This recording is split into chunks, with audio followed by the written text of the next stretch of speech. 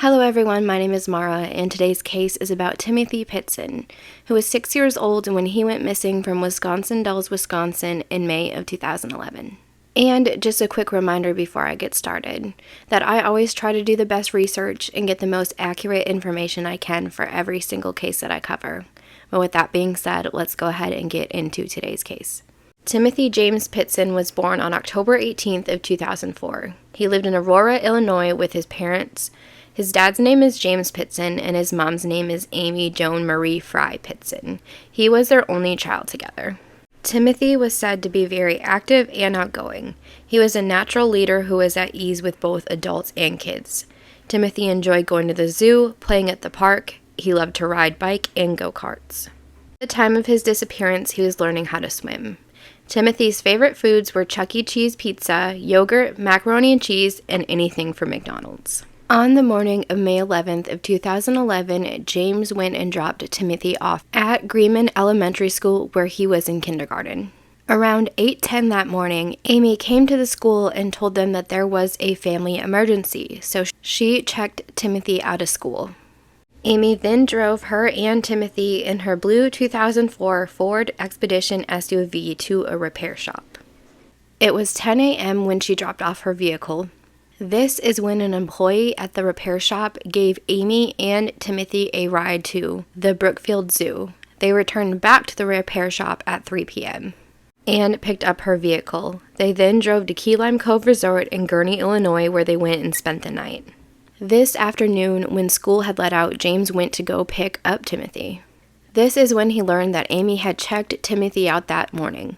He tried to get in contact with Amy, but she would not answer his calls.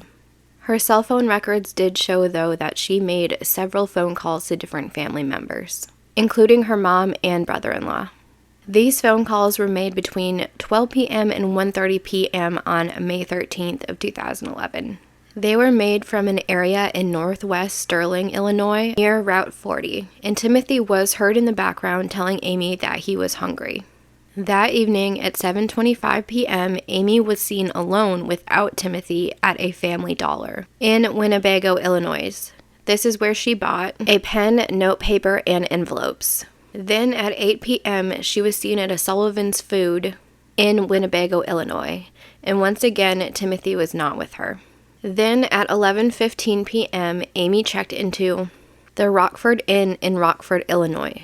This is sadly where Amy took her own life. On May 14th of 2011, she was found by a hotel maid. And I'm not going to go into great detail. It's pretty gruesome, but those details are out there if you want to look it up on your own. So there was a note that she left that said she was sorry for the mess that she had created, and she also said that Timothy would never be found, but he was safe with people who would take care of him. The knife that they did find only had Amy's blood on it. They did find a concerning amount of blood that belonged to Timothy in her car. A family member later did say that Timothy did have a nosebleed in the car, and that could be where the stains of the blood came from. Amy's phone was missing from the scene, but it was later found beside Route 78, but it did not bring any new evidence to the case. And when they examined Amy's car, they were able to determine it had been parked in a grassy area, possibly near a stream, but close to a highway. Then on April 3rd of 2019 in Newport, Kentucky, police were called to report a teenager wandering streets after crossing the Ohio River. When the police got to this boy, he was shaken and distraught, and he told them that he was Timothy. The next day, the Louisville office of the FBI revealed that the boy in their custody was not Timothy.